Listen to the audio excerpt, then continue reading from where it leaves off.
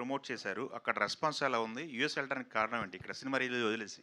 Cinema release వదిలేసి కాదండి, అది కూడా మన సినిమానే. ఆఫ్ కోర్స్ ఇక్కడ ఇక్కడ మీరు ఆఫీస్కి వెళ్ళట్లేదు, ఇక్కడికి వచ్చేసారు కాబట్టి ఉద్యోగం వదిలేసారు కాదు, ఇక్కడ కూడా చేస్తున్నారు కదా.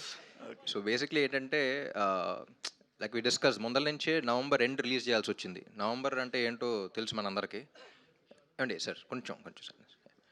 సో నవంబర్ సీజన్ అంటేనే కొంచెం బాగా డల్. అందులో మంత్ ఎండ్ డబ్బులు ఉండవు, అది కూడా కాకుండా mid week. So we saw all of these things. November end release చేయాల్సి వస్తుంది అన్నప్పుడు యూఎస్లో థ్యాంక్స్ గివింగ్ ఉంది. సో అందుకని అక్కడికి వెళ్ళి అక్కడి నుంచి స్టార్ట్ చేద్దాం, ఫస్ట్ అక్కడ ఉంది కదా అనే మైండ్ సెట్తో వెళ్ళిన సినిమా అది. సో సినిమాని వదిలేసే వల్ల ఈ సినిమా కూడా మాది ఎంత కష్టపడి వదిలేయం కదండి. సో ఫస్ట్ అక్కడి నుంచి చేసుకుంటూ ఇక్కడికి వద్దామని చెప్పేసి. అండ్ ఆల్సో ఫస్ట్ వీక్ అనేది వీ ఎక్స్పెక్టెడ్ అంత గొప్పగా ఉండదు, చాలా లోగా ఉంది. ప్లస్ టికెట్ రేట్స్ కూడా పెంచట్లా.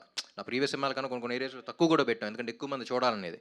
So we were never counting on numbers, ఎంతమంది హార్ట్స్ టచ్ చేయగలుగుతాం, ఇది ఎక్కువ మంది చూస్తే ఎక్కువ మంది ఇలాంటి సినిమాలు చూస్తారు అనే ఇంటెంట్తో వెళ్ళాం. సో అందుకని అక్కడికి వెళ్ళి చేసుకుని మళ్ళీ ఇక్కడికి వచ్చిన సినిమా. ఓకే రవి గారు, ఏంటి సార్ మీరు ఆడియన్స్ని బెదిరిస్తున్నారేంటి? మా సినిమాలు తీస్తామని, ఇది దీన్ని ఆదరించకపోతే? అలా అని కాదండి, అలా బెదిరియటం కాదు నేను అనేది. అది చాలా ఈజీ ఫార్మాట్ కదండి.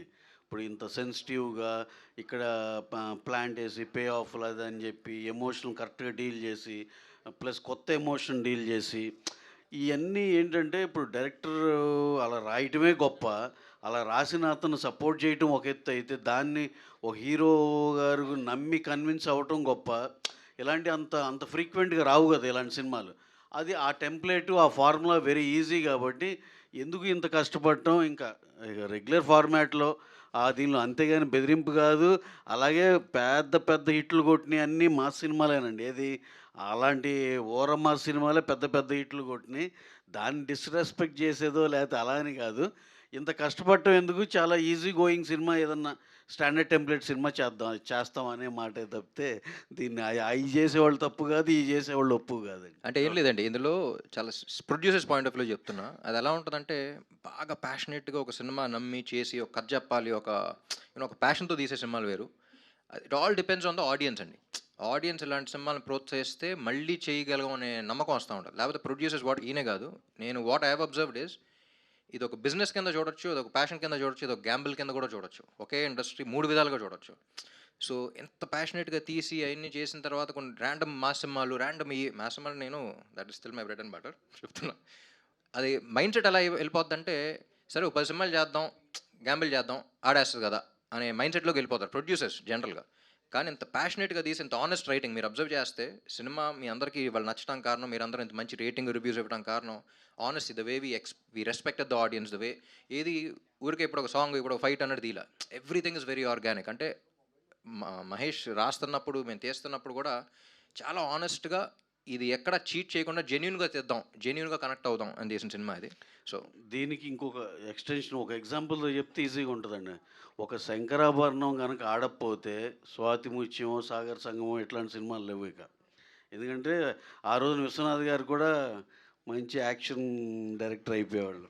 పార్ట్ 2 తీస్తారు మరి అయితే హీరో డైరెక్టర్ సేమ్. డెఫినెట్గా ఈ కథకి దేని పార్ట్ 2 అన్నారు అదండి మనకి కాదు అతివృష్టి ఉండకూడదు, అనావృష్టి ఉండకూడదు. కరెక్ట్గా దీనికి పార్ట్ 2 తీలేమండి. ఈ సినిమాకి పార్ట్ 2 అంట్లా, ఇదే గొప్ప సినిమా అంట్లా, ఇది చాలా ఆనెస్ట్గా తీసిన సినిమా, ఇలాంటి సినిమాలు అంటున్నాం. సో ఆడియన్స్ ఎందుకంటే మా సినిమాలు చేస్తున్నప్పుడు ఇంత ఆలోచించామండి, ఇది అర్థమే లోపల నెక్స్ట్ సీన్కి వెళ్ళిపోవాలి, చేయాలి. పార్ట్ 2కి ఏమైనా లీడ్ ఏమైనా ఉందా నీకు చెప్పు రాంబాబు గారు. సార్ హీరో రిలీజ్ అవుతారు కదా సినిమాలో, యాక్చువల్ ఉపేంద్ర గారు మళ్ళీ ఎలా బిగిన్ చేశారు కదా. లేదండి, ఇది only part 1 of the kind అంతే. One of its kind. ఇంకోటి ఏంటంటే బ్యూటిఫుల్ కొత్త ఎమోషన్ చెప్పామని ఉంది కదా, అదే కదా పినాకిల్ లాస్ట్ క్లైమాక్స్లో. హీరో అభిమానిగా మారితే టైటిల్ పెట్టి తీస్తున్నాను. ఏది హీరో అభిమానిగా మారితే అని పెట్టి తీస్తే రివర్స్లో. నిజంగా ఆ రోజు ఎప్పుడన్నా దీన్ని నిజంగా ఇక్కడి నుంచి ఇంకో దూరం లాక్కెళ్ళగలిగి బాగా మంచి అప్రిసియేషన్ వస్తే డెఫినెట్గా ఈ కొత్త ఎమోషన్ మీద కూడా ఇంకా ఆలోచించవచ్చు. లేదు, it's generally about honesty and writing. ఆనెస్ట్గా ఒక సినిమా తెద్దాం, ఒక ప్యాషన్తో సినిమా తెద్దాం అనేది, ఊరికే కొట్టేద్దాం చూద్దాం ఆడద్దు లేదు అనేది కాకుండా. రవి గారు, అంటే ఉపేందర్ గారు కాకుండా మన తెలుగు హీరో అయితే కొంత బాగుండేది అని ఒక ఇది వచ్చింది, దానిపైన ఈ క్వశ్చన్ చాలాసార్లు మనం డిస్కస్ చేసుకున్నామండి. ఇప్పుడు ఎవరు అభిమాన హీరోని వాళ్ళు రిలేట్ చేసుకోవటానికి మన హీరోలు కాకుండా ఒక న్యూట్రల్ హీరో ఉండి who has that stature. Neutral hero అంటే ఏదో స్టేచర్ లేనివాళ్ళు కదా, ఆ స్టేచర్ ఉండి న్యూట్రల్ హీరో అక్కడ స్టార్గా ఉంటే మన ప్రతి అభిమాని వాళ్ళ రెస్పెక్టివ్ స్టార్ని రిలేట్ చేసుకుంటారనే సదుద్దేశంతోనే ఉపేంద్ర గారికి వెళ్ళింది. రిలీజ్ తర్వాత ఎవరో ఈ క్వశ్చన్ అడగలేదు. రిలీజ్ తర్వాత ఎవరోన్ వాజ్ లైక్ ఇప్పుడు అర్థమైంది ఉపేంద్ర గారు తర్వాత ఎందుకు చాలా తీసుకున్నాం అనేది. సో రిలీజ్ ముందు అందరికీ డౌట్లు ఉన్నాయి, మేము ఎక్స్పెక్ట్ చేసాం చాలా క్వశ్చన్స్ ఆన్సర్ చేయాలి. ఆంధ్ర అంటున్నారు ఏంటి అంటే తెలంగాణ లేదా, ఎన్ని వస్తాయి. కానీ సినిమా చూసిన తర్వాత పీపుల్ విల్ అండర్స్టాండ్ ఎవ్రీథింగ్ అనేది. సినిమా బాగుంది, టాక్ బాగుంది, రివ్యూస్ అన్నీ బాగున్నాయి. కాకపోతే మీరు ఎక్స్పెక్ట్ చేసిన కలెక్షన్స్ రాలేదు. అయితే దీనిపైన కొద్ది టికెట్లు రేట్లు కూడా అంటే పెంచలేదు, కానీ ఉన్న రేట్లే కొంత ప్రభావం చూపుతున్నాయి అనేది ఇది ఉంది. అది తగ్గించుకుంటే కొంత బాగుంటుంది కదా అనేసి. మీరు అది కనుక ఆ పాయింట్ కూడా ఎందుకు వదలాలి అనే దాంట్లో మీరు ఆలోచింపజేశారు. రేపు ఎల్లుండి ఎప్పుడు కుదురుతుందో దాన్ని కూడా ఇంకా తగ్గిస్తామండి. ఎందుకంటే మా ఉద్దేశం ఏంటంటే మ్యాక్సిమం జనాలకి రీచ్ అవ్వాలి. మనం ఒక మంచి సినిమా చేస్తే మ్యాక్సిమం రీచ్ అవ్వాలి. మొన్న అంటే ఇది రాజు బెడ్స్ రాంబాకి అలాగే 100 రూపీస్ ఇలా తగ్గిస్తే ఆడియన్స్కి చాలా దగ్గరవి ఉంది. డెఫినెట్గా అయితే మేము సెకండ్ వీక్ నుంచి will give it a try అండి. అంటే ఇందాక మీరు అన్నారండి అఖండ 2 లాంటి ఒక పెద్ద సినిమా ఉండటం వల్ల కూడా ఒక ఎఫెక్ట్ అనేది ఉంటుంది. ఆడియన్స్ కొంచెం మా సినిమా చూడాలి అని చెప్పి ఒక జీల్ కూడా ఉంటుంది. అంటే ఆ సినిమా ఉన్నప్పుడు కూడా సెకండ్ వీక్లో ఈ సినిమా దీనికి కూడా ఆడియన్స్ ఉంటారు అని చెప్పేసి ఒక నమ్మకం అయితే మీలో ఉందా? ఎట్లా ఏంటి? డెఫినెట్గా అండి, మా సినిమా స్పేస్ మాకు ఉందండి, దాంట్లో అయితే ఇబ్బంది ఏం లేదు. ప్లస్ మేము ఏంటంటే నెంబర్ ఆఫ్ ఫ్యాక్టర్స్లో వన్ ఆఫ్ ద ఫ్యాక్టర్గా అది చెప్పడం జరిగింది అని చెప్పి దట్ డజంట్ మీన్ ప్రతి థియేటర్ అదే సినిమా ఉంటుంది, ఇంకో సినిమాకి స్కోప్ లేదు అనేది కాదు. ఎందుకంటే ఆ రోజు బాహుబలి వచ్చిన రోజుల్లో కూడా ప్యారలల్గా అల్లరి నరేష్ గారు సినిమా రిలీజ్ చేశారు మన సుంకరానీళ్ళు. అంటే నేను అనేది దానికే స్పేస్ ఉంటుందండి. అలాగే వేరే జానర్, ఇది వేరే జానర్ అండి. జోనల్ వేరు. అలాగే అఖండ సినిమా అనేది మేమందరం కూడా మ్యాసివ్ హిట్ అవ్వాలని మనస్ఫూర్తిగా కోరుకునే సినిమా అనేది, దాంట్లో అయితే వేరే మాట లేదు. దాంతోపాటు మాకు కూడా ఒక స్పేస్ ఉంటుంది అనేది మా ఉద్దేశం అండి. కాదు సార్, సంక్రాంతి సీజన్లో 4-5 బ్లాక్ బస్టర్లు చూసిన ఇండస్ట్రీ ఇది. సో నార్మల్ సీజన్ కూడా ప్యారలల్గా 2-3 బ్లాక్ బస్టర్లు చూసాం మనం. It's not the first time. So Telugu audience అనేవారు ఒక సినిమా ఉంటే ఒకటే, ఇది ఓటింగ్ లాగా కాదు, ఒక పార్టీకి వేయటం కాదు, అది చూడొచ్చు ఇది చూడొచ్చు. సో వీ హ్యావ్ మల్టిపుల్ ఇది. కానీ ప్రస్తుతం ఉన్న సిచ్యుయేషన్లో సినిమాలు అనేవి వీకెండ్కే పరిమితం అవుతున్నాయి.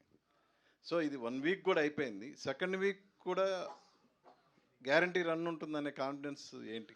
డెఫినెట్గా అండి. ఇప్పుడు ఫర్ ఎగ్జాంపుల్ చెప్పాలంటే రామ్ గారు ఫస్ట్ సినిమానే ఉంది దేవదాసు, 4వ వారంకో ఇప్పుడు అందుకుంది. సరే 7వ వారంకి ఆ రోజులు వేరు, ఈ రోజులు వేరు కదా, అందుకని మేము సెకండ్ వీక్ అంటున్నాం. అప్పుడు 7వ వారంకి అందుకుంది, ఇప్పుడు సెకండ్ వీక్ అని ఆ హోప్తో మేము మా ఏప్రిల్ నుంచి అన్ని ప్రయత్నాలు చేస్తున్నామండి. రవి గారు హాయ్.